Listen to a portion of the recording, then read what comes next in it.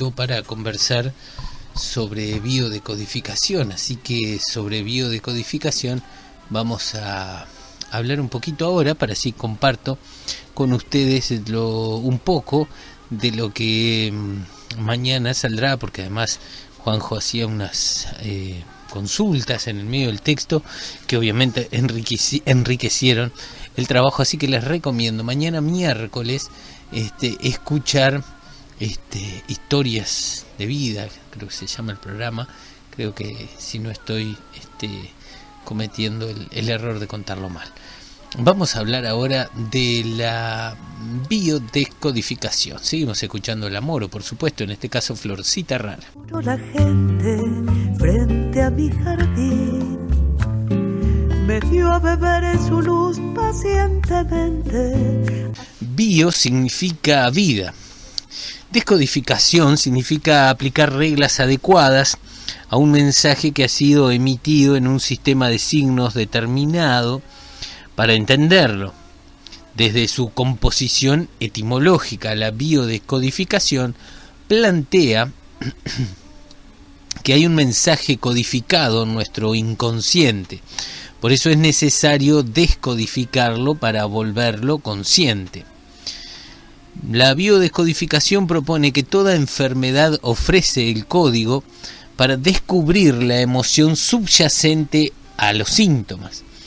Desde este punto de vista, la enfermedad surge como un intento de reparación de un conflicto emocional no resuelto, sugiriendo que existe una correlación entre una enfermedad y un conflicto emocional. ¿Cómo surge la biodescodificación? Bueno, la biodescodificación surge a raíz de los estudios del médico oncólogo alemán Reich Gerd Hammer, que es el creador de la nueva medicina germánica. El doctor Reich Gerd Hammer nació en 1935 en Frisia, Alemania. Estudió medicina y teología en la Universidad de Tübingen. En 1972 el doctor Hammer completó su especialización en medicina interna y comenzó a trabajar en la clínica universitaria de Tübingen como internista. Y de enero y un día sin mí, un jazmín de arroz y un carro para andar de a dos.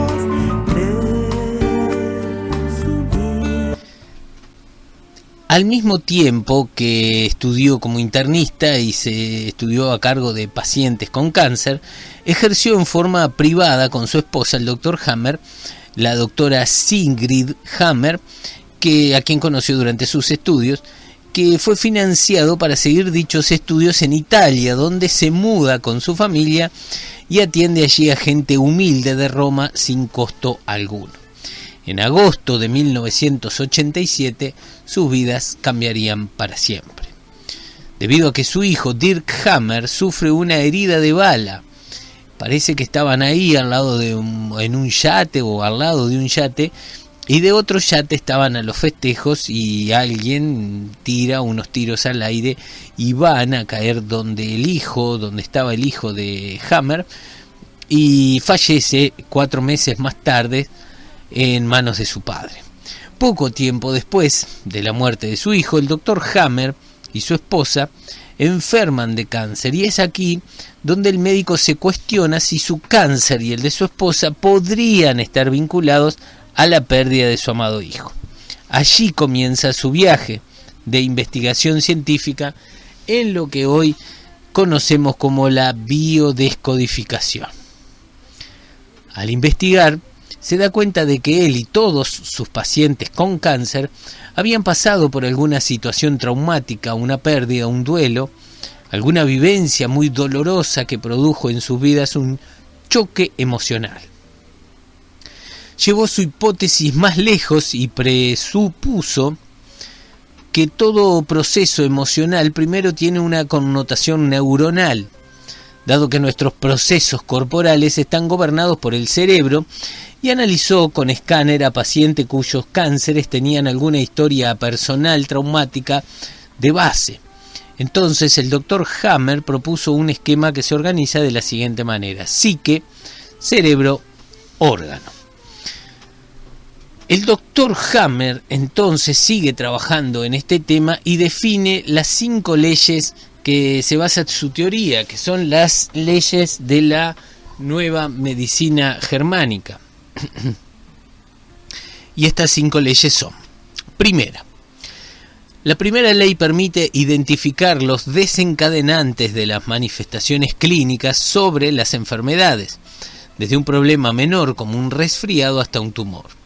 La segunda ley distingue 2 fases principales: la fase activa, 2 fases de la enfermedad, ¿no? La fase activa, que implica un tono neurovegetativo mediado por el tronco simpático, mientras que la fase de reparación es donde se encuentran la mayor parte de los síntomas físicos. Esto quiere decir que cuando nosotros empezamos a reparar la enfermedad, aparecen los síntomas físicos, que contrariamente a la medicina, a nosotros cuando nos aparecen los síntomas físicos, la medicina empieza a tratarnos, y ahí en algunos casos, según basan estos estudios, las enfermedades vuelven a surgir porque el cuerpo, que ya está en fase de proceso final, o sea, ya está por curarse, vuelve a tener una intromisión, digamos, por parte de los químicos,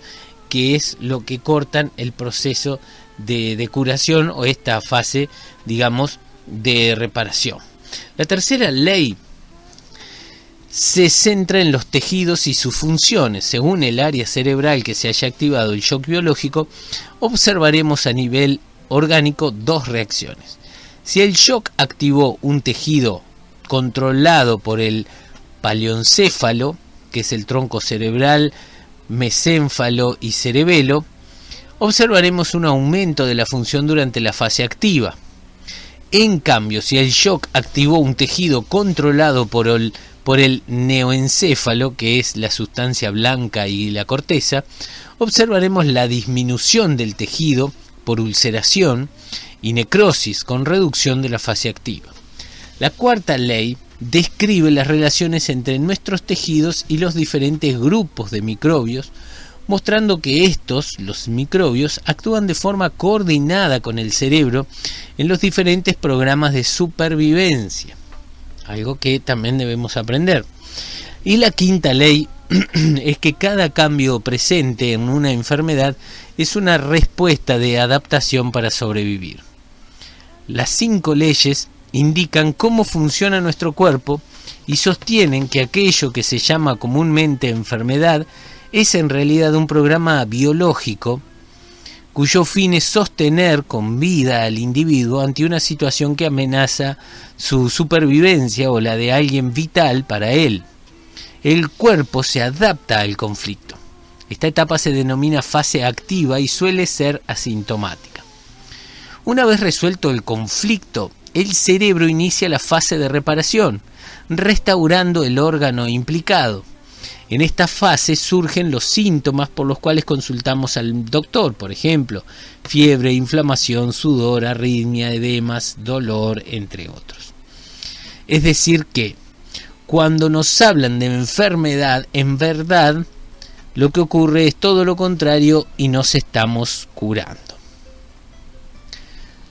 Lo que propone la teoría de la descodificación o decodificación es que detrás de toda enfermedad física hay una emoción, la cual se produjo a partir de un shock psicológico, producto de un trauma que generó a nivel cerebral una disfunción o lesión muy importante, repercutiendo la misma en algún órgano del cuerpo.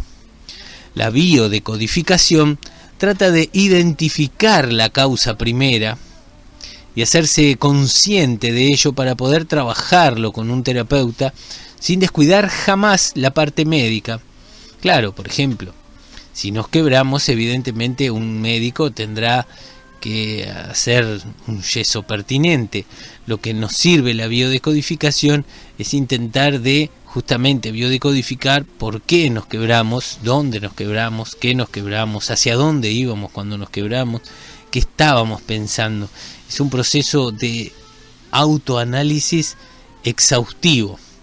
No podemos dejar nada de nosotros al azar, y generalmente nosotros, todo el mundo suele ser autocondescendiente con uno, o trata de llegar hasta determinados dolores y no sigue más, o no sabe cómo seguir.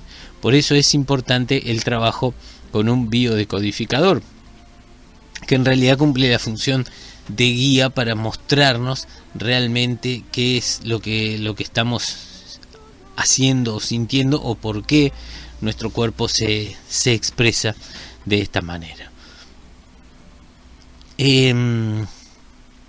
Bueno, como les dije, ya la biodecodificación trata de identificar la causa primera y hacerse consciente de ello para poder trabajarlo con un terapeuta sin descuidar jamás la parte médica.